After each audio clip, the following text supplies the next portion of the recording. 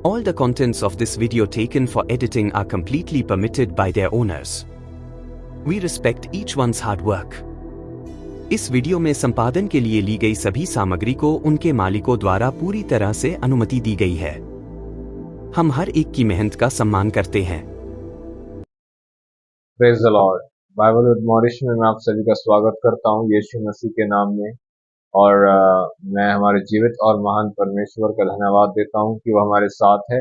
उसने हमें नहीं त्यागा है, वो हमारे संग सदैव बना रहता है। चाहे हम अविश्वासी भी हो जाएं तब भी वो विश्वास योग्य बना रहता है। और साथ साथ में हमारे जो आदरणीय पास्टर CM जॉय का भी मैं धन्यवाद करता हूँ हमारे लिए प्रार्थना करने के लिए, और उन सभी समस्त कलीसियागणों के लिए जो हमारे लिए प्रार्थना दिन रात करती रहती है, हमें प्रार्थना में याद रखती है। प्रभु आपको आशीष करे। आज के इस वीडियो में मैं आपसे बात करना चाहता हूँ एक विशेष मुद्दे के ऊपर, एक ऐसे ह्यूमन बिहेवियर के ऊपर कि जो अधिकतर सभी ह्यूमन के अंदर, सभी मनुष्य के अंदर ऐसा व्यवहार पाया जाता है। और मैं इसी एक ह्यूमन नेचर की आपसे एक बात करना चाहता हूँ आज की इस वीडियो में। और यदि आप जवान हैं, आप किसी भी उम्र के हैं, किसी भी एज ग्रुप के हैं, तो ये वीडियो आपके लिए बहुत ही लाभकारी होने वाला है। और आप इसमें समझेंगे कि दरअसल हमें कहाँ ध्यान देना चाहिए और हम कहाँ ध्यान दे रहे हैं। आपने ह्यूमन नेचर में एक बात देखी होगी कि ह्यूमन के पास जो है उसको तो वो देखता नहीं है, परंतु जो उसके पास नहीं है वो उसकी तरफ ध्यान देता है। आपने देखा होगा ह्यूमन के नेचर में ऐसी चीज होती है कि स्वाभाविक तौर पर उसके अंदर पाया जाता है कि जो उसके पास नहीं है उसका ध्यान उन्हीं चीजों की तरफ लगाया जाता है, परंतु जो उसके पास है उसकी तरफ वो नहीं देखता। आज पवित्र आत्मा की मदद से मैं आपको बताना चाहता हूँ और आपको दिखाना चाहता हूँ कि आपके पास क्या है और आपको उसी चीज की तरफ ध्यान देने की आवश्यकता है। और जो आपके पास नहीं है वहां से अपने ध्यान को आज हटाइए, और जो आपके पास है उसकी और अपने ध्यान को लगाइए। विश्वास करिए, जो आपके पास है यदि आप अपना ध्यान उसकी ओर लगाएंगे तो आप बरकत पाएंगे। हम सभी निकाल सकते हैं गिनती की पुस्तक और उसका 18 अध्याय, the book of numbers chapter 18, और मैं आपके लिए पढ़ रहा हूँ वहां से 20 वचन, वर्स नंबर 20। यहाँ पर कुछ ऐसा लिखा हुआ है। फिर यहोवा ने हारून से कहा, इज़राइलियों के देश में तेरा कोई भाग ना होगा और ना उनके बीच तेरा कोई अंश होगा। उनके बीच तेरा भाग और तेरा अंश मैं ही हूँ। I am your inheritance. क्या कारण था ये? बाइबल ऐसा बताती है कि जब परमेश्वर अपने लोगों को मिस्र की गुलामी से छुड़ाकर मिस्र की गुलामी से छुड़ाकर जब वहां पर कनान के देश में लेकर आया, प्रतिज्ञा के देश में लेकर आया, तो वचन बताता है कि वहां पर जो है बांटने की बात आई थी कि कौन सा देश किसका होगा, कनान के अंदर कौन सा हिस्सा किसका होगा। और परमेश्वर एक बात जो है हारून से कहता है और उस लेवी समाज से कहता है। आप जानते होंगे कि हारून जो था वो लेवी समाज से बिलोंग करता था। लेवी समाज इट्स मीन लेवी के गोत्र से वो बिलोंग करता था। और यहाँ पर एक बात दर्शाई गई है। परमेश्वर हारून से एक बात कहता है, वो ये कहता है कि जिस देश में तुम जा रहे हो ना, वहां पर वो एक बात कहता है कि तेरा कोई भाग नहीं होगा, मैं तेरे को कोई हिस्सा नहीं वहां पर दूंगा, तेरे को कोई हिस्सा नहीं दूंगा। तो प्रभु आप क्या दोगे, क्या करोगे आप? तो प्रभु एक बात कहता है, क्योंकि मैं स्वयं तेरा भाग और तेरे अंश में हूँ। अंश मैं ही हूँ, मैं ही तेरे बीच में तेरा भाग हूँ और तेरा अंश मैं ही हूँ। I am your portion and your inheritance, the word says. क्या कारण था कि दरअसल प्रभु ने इतनी बड़ी बात हारून के लिए और दरअसल लेवियों के लिए कह दी थी? दरअसल मैं आपको बताना चाहता हूँ, जब एक बार इजरायलियों ने प्रभु की दृष्टि में पाप किया था, मूसा पहाड़ पर चला गया था 40 दिन के बाद, और इन लोगों ने कहा था कि जो हमें वहां से लेकर आया था वो तो आया ही नहीं है। एक काम करो, हारून से कहा हमारे लिए एक बछड़ा बना, उसको तैयार कर, और उसके बाद जो है हमें जो मिस्र से लेकर आया वो वही देवता होगा। और वहां पर उन लोगों ने जो है बछड़ा बनाया, और वहां पर उसके बाद उन्होंने उसकी वर्शिप करना आरंभ कर दिया। और जानते हैं वहां पर क्या हुआ जब मोसेस नीचे उतरा, तो एक इंसिडेंट वहां पर घटा कि मोसेस ने जो है पहले तो गुस्से में आकर वो पत्थर की पटियाएं तोड़ दी जो खुदावंद ने उसे दी थी। दूसरा ये कि जब वहां पर वो नीचे आया तो मोसेस एक अद्भुत बात वहां पर कहता है कि जो खुदावंद की ओर है वो मेरी ओर आ जाए, और जो खुदावंद की ओर नहीं है वो वहीं पर रहे। आप जानते हो वहां पर क्या हुआ? जब मोसेस ने ये कहा कि जो खुदावंद की ओर है वो मेरी तरफ आ जाए, सबसे पहला ग्रुप जो आया था वो था लेवी का ग्रुप। लेवी लोग वहां पर आए थे। एंड जानते हो जब ये मोसेस की तरफ आ गए, मूसा की तरफ आ गए, तब मूसा एक बात इनसे कहता है, अब जितने भी तुम्हारे सामने खड़े हुए हैं ना ये लोग, तलवारें उठाओ, इन सबको मार दो, अब सबको खत्म करो अब।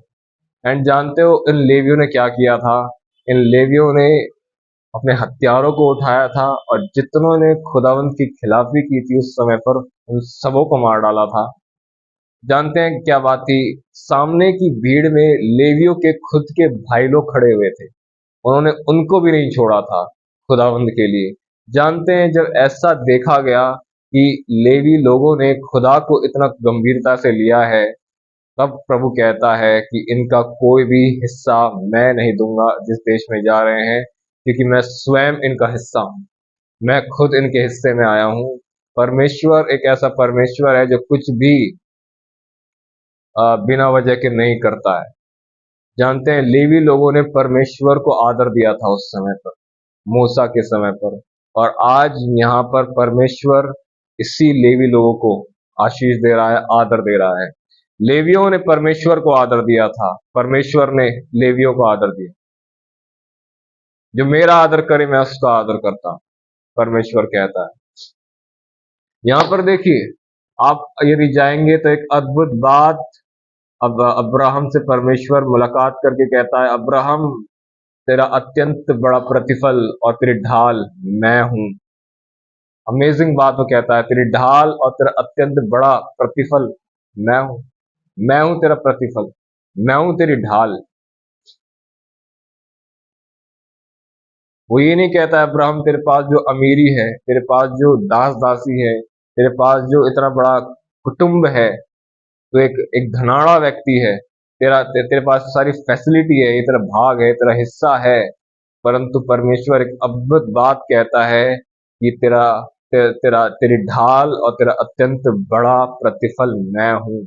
आप याकूब के जीवन से जाइए, याकूब के पास भेड़ बकरियां थी, ऊंट थे, पत्नी थी, सारी फैसिलिटीज उसके पास थी, लेकिन जब वो परमेश्वर से मुलाकात किया, उसका मलयुद्ध वहां पर हुआ। मलयुद्ध होते समय एक बात वो परमेश्वर से कहता है, वह कहता है मेरे को आशीष दे।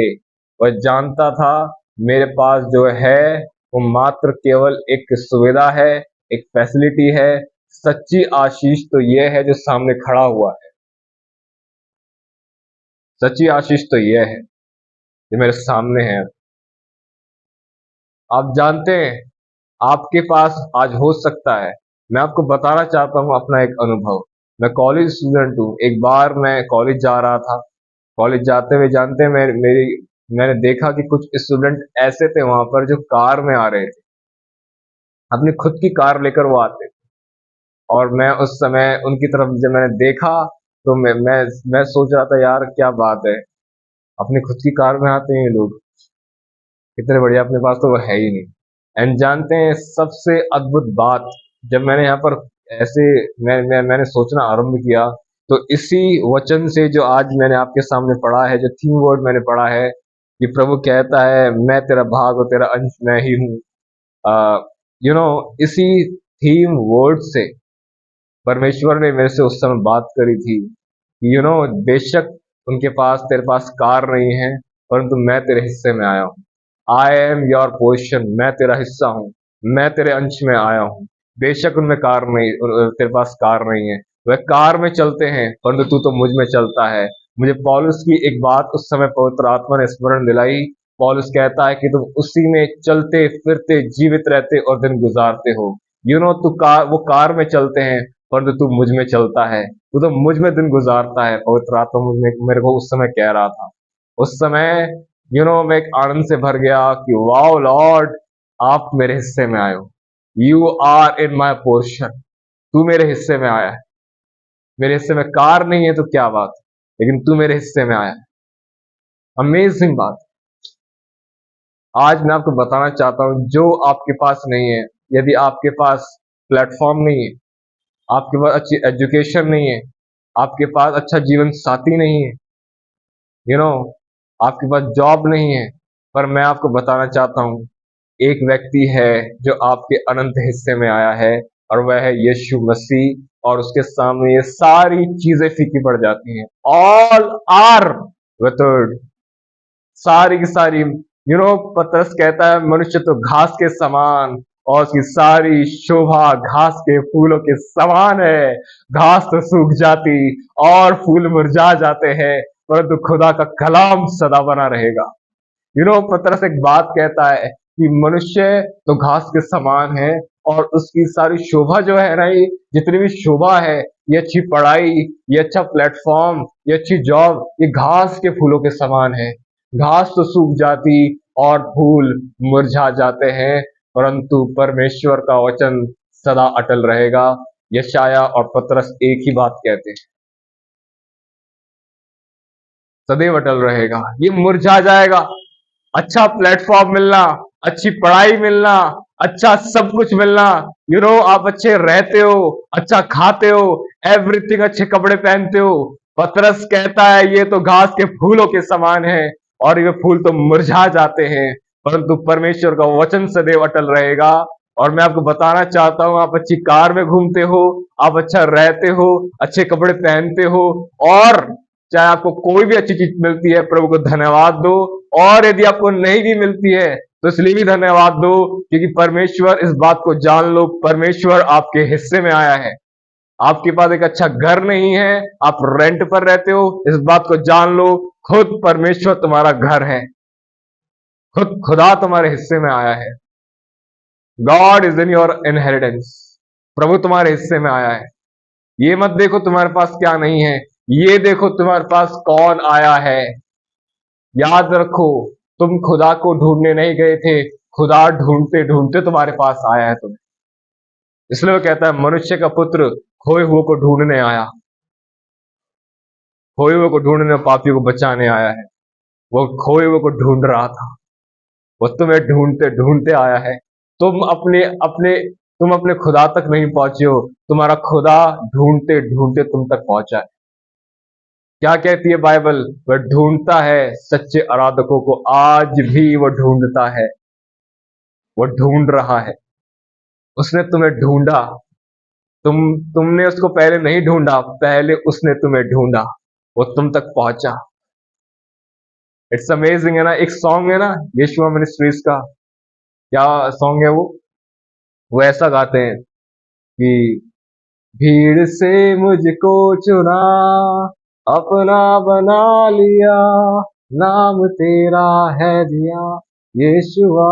और उसमें एक गीत वो गाते हैं, छोड़ आया आसमां तू यहाँ, ले चल मुझे, ले चल मुझे, तू है जहां। It's amazing. इस गीत में एक अमेजिंग बात वो लोग दर्शाते हैं कि कि तू मेरे को ढूंढते ढूंढते आसमां छोड़कर यहाँ तक आया। अमेजिंग बात। वो हमें यहाँ पर हमें ढूंढते ढूंढते यहाँ तक आ गया। और यही परमेश्वर आपका अनंत भाग है, यही परमेश्वर। You know God believes in the proven love. परमेश्वर प्रेम में नहीं, एक एक प्रूव किए हुए प्रेम में, एक सिद्ध प्रेम में, एक ऐसा प्रेम जिसको प्रूवन किया गया हो। God believes in the proven love. यदि आप कहते हो कि मैं उससे प्रेम करता हूं, आपने प्रूव किया है उसे? जी, आप अपनी शक्ति से कभी प्रूव कर भी नहीं पाएंगे। क्या परमेश्वर के पवित्र आत्मा से आपने मदद मांगी कि आप प्रूव करो? ये बात बिल्कुल सत्य है। मैं आपको इसी चीज के एक दूसरे पहलू की तरफ ले जा रहा हूं। ये बात बिल्कुल सत्य है। यदि खुदा आपको प्लेटफॉर्म दे, आपको अच्छी जॉब दे, आपको अच्छे कपड़े दे रहा है, अच्छा खान पीन दे रहा है, अच्छे लोगों से आपकी मुलाकात करवा रहा है, उस समय आप खुदा से प्यार करते हो, यह तो आम बात है। लेकिन जब परमेश्वर आपको अच्छी जॉब नहीं देता, जब परमेश्वर आपको, आप देखते हो, आपको प्लेटफॉर्म नहीं दिया है, जब परमेश्वर आपकी हर प्रार्थनाओं का उत्तर नहीं देता है, जब परमेश्वर आपको हमेशा सही चीजें नहीं देता है, आपको हर बात में आपकी वो हर मांगे पूरी नहीं करता है, उस समय भी क्या आप परमेश्वर से प्रेम रखते हो? यदि आप उस समय परमेश्वर से प्रेम रखते हो, तो प्रभु यीशु कहता है, धन्य है वे जो मेरे कारण ठोकर ना खाएं। ब्लेसेड है वे लोग। यू नो हमें कार मिली, बंगला, गाड़ी, सुविधाएं मिली, उसके बाद यदि हम उससे प्यार कर रहे हैं, इसमें कौन सी बड़ी बात है? लेकिन हमें कुछ नहीं मिला है, उसके बाद यदि हम उससे प्यार करते हैं, सो वी आर ब्लेसेड। आप ब्लेसेड हो। अगर आप उससे तब भी प्यार करते हो, आप ब्लेसेड हो। प्रभु कहता है, सच्चे आशीषित लोग हो आप, सच्चे आशीषित लोग। आज लोग जो है आशीष किस में ढूंढते हैं? अच्छी पढ़ाई में, राइट, अच्छे बिजनेस में, अच्छी जॉब में, इसमें ढूंढते हैं ना। बट प्रभु यीशु मसीह कहता है, धन्य है वे, इंग्लिश में पढ़ो, blessed are those who will not be offended. धन्य है वे जो मेरे कारण ठोकर ना खाए। धन्य को इंग्लिश में लिखा ब्लेसेड। ब्लेसेड का अर्थ होता है आशीषित। आशीषित है वे जो मेरे कारण ठोकर नहीं खाते, जिनके लिए मैं कुछ नहीं करता फिर भी वो मेरे साथ बने रहते हैं। उन लोगों को प्रभु कहता है वे आशीषित है, वे लोग आशीषित है, वे लोग बरकत पाए हुए लोग हैं, वे लोग आशीषित है, धन्य है वे लोग। It's amazing.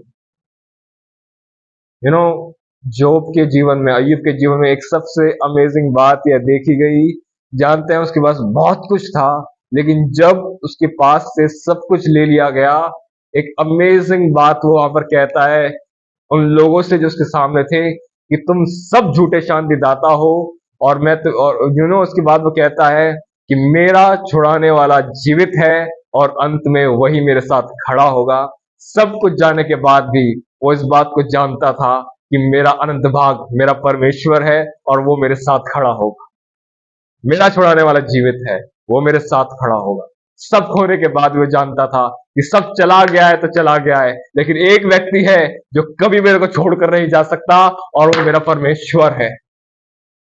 उसे मैं कभी ना खोऊंगा, कभी नहीं खोऊंगा, नेवर। चाहे कोई भी खो दूं, किसी व्यक्ति को खो दूं, किसी वस्तु को खो दूं, लेकिन एक व्यक्ति को मैं कभी ना खोऊंगा, क्योंकि वो मेरा अनंत भाग है, वो मेरे हिस्से में आया है, और वो मेरा परमेश्वर यीशु मसीह है। मैं उसे कभी ना खोऊंगा। और पढ़कर देखिए, जो कुछ अय्यूब ने खोया था, उससे डबल खुदा ने उसे रिस्टोर करके वापस दे दिया था। अमेजिंग बात है वो, अमेजिंग बात है वो। अय्यूब के पास हमारे पास अय्यूब है, जिसको परमेश्वर ने रिस्टोर कर दिया। हमारे पास सिमशोन है, जिसने अपनी ताकत को खोया, और जब आखिरी बार दुआ की तो उसकी ताकत को वापस से रिस्टोर करके उसे वापस दे दिया। हमारे पास पतरस का उदाहरण है, उसने खो दिया, लेकिन यीशु मसीह ने उसे वापस से रिस्टोर कर दिया। अय्यूब के पास तो कोई उदाहरण भी नहीं था, फिर भी वो सब कुछ खोने के बाद कहता था, प्रभु ने दिया, प्रभु ने दिया, उसका नाम धन्य है। एंड जानते हो, उसके पास कोई उदाहरण नहीं था, ये व्यक्ति आज हजारों लोगों के लिए उदाहरण बना हुआ है, हजारों लोगों के लिए। यदि तुम्हें कोई उदाहरण नहीं मिलता है, तो खुद तुम उदाहरण बनो। अगर तुम्हें कोई ऐसा व्यक्ति नहीं मिलता है जो तुम्हारा प्रेरणा स्रोत है, कोई तुम्हें इंस्पिरेशन नहीं मिलता है, तो तुम खुद दूसरों के लिए इंस्पायर बन जाओ, इंस्पिरेशन बन जाओ। अगर कोई तुम्हें ऐसा नहीं मिलता है ना, जिसको देखकर तुम्हें प्रेरणा मिलती हो, तो एक काम करो, तुम खुद दूसरों के लिए प्रेरणा बन जाओ। अय्यूब के पास कोई उदाहरण नहीं था, दूसरों के लिए उदाहरण आज बना बैठा है। अमेजिंग बात। दूसरों का वेट क्यों देखते हो कि मेरे लिए उदाहरण बनेगा? खुद बनो दूसरों के लिए। Let your light shine before the man, and they shall glorify your Father in the heaven. तुम्हारी ज्योति मनुष्य के सामने चमके, और वह तुम्हारे कामों को देखकर तुम्हारे स्वर्गीय पिता की महिमा करे। यीशु मसीह ने कहा तुम बनो ज्योति। क्या काम होता है ज्योति का? उदाहरण। ज्योति का काम होता है रोशनी देना, रोशनी देना। तुम्हारे जीवन को देखकर लोग कहने चाहिए कि अगर जिंदगी जीनी है तो ऐसी जियो। तुम कॉलेज में जाते हो ना, तुम्हारी जिंदगी को देखकर तुम्हारे जो सहपाठी है ना, वो सोचने चाहिए, वो कहने चाहिए कि यार ये जो बंदा जिंदगी जीता है ना, बिल्कुल हमसे अलग जीता है। उन्हें लाइट मिलनी चाहिए कि हमें कैसा जीना है। I am preaching what I am practising by the help of God in my college. परमेश्वर की मदद से जो जी रहा हूं उसका प्रचार कर रहा हूं। यहाँ पर आपको देखकर कुछ लोग कहने चाहिए, उनको आपके अंदर मैं ये घमंड में नहीं कह रहा हूं, खुदावंद ने मेरे को ऐसा किया, मेरे को ये प्रिविलेज दिया कि कुछ लोग मेरे से कह सके यार तेरी जिंदगी अलग दिखती है। मैं आपको आज बताना चाहता हूं, प्रभु आपके हिस्से में आया है, प्रभु आपके हिस्से में आया है। Lord is in your portion. ये मत देखिए आपके पास क्या नहीं है, ये देखिए आपके पास कौन है, आपके पास क्या आया है। यदि आप उसे देखोगे तो आप बरकत पाओगे। पतरस ने उसे देखा था जिसने उसे कहा था चल आ पानी पर। जब तक वो उसे देख रहा था वो नहीं गिरा, लेकिन जब उसने हवा को देखा वो गिर गया। उसको देखो जो तुम्हारे पास आया ताकि तुम ना गिरो। अंडरस्टैंड? मेरी प्रार्थना है कि आज का वचन जो है आपके अंदर अच्छे से कार्य करे, और जो अय्यूब ने अपने अंदर जिया था, वो लाइफ जो जोब अपने अंदर जी रहा था, प्रभु ने दिया, प्रभु ने लिया, उसका नाम धन्य है। प्रभु मेरे हिस्से में आया है, मेरा छुड़ाने वाला जीवित है, वह अंत में मेरे साथ खड़ा होगा। यू नो ये लाइफ हमारे अंदर आए, ये हमारी प्रार्थना है, ये मेरी प्रार्थना है आप सबके लिए। मैं उम्मीद रखता हूँ ये सब बातों के जरिए आपने बरकत पाई होगी। हमारे चैनल को आप सब्सक्राइब कर सकते हैं, आगे भी इन बातों को हमारे पहुंचाने में मदद कर सकते हैं। प्लीज हमारे लिए प्रार्थना करते रहिए, इन बातों को आगे भी पहुंचाइए ताकि सुनने वाले लोग, क्योंकि मैं चाहता हूँ खुदावंद के वचन की एक सही शिक्षा जो है लोगों तक पहुंचे, और वो इस बात को जानने पाए कि उनके पास है क्या, और वो बरकत पाए अपनी उस महान आशीष की तरफ ध्यान देकर। और उनकी महान आशीष स्वयं उनका परमेश्वर है। और चलिए फिर से एक बार आपके से मुलाकात होगी नई वीडियो में। तब तक के लिए आप सभी को जय मसीह।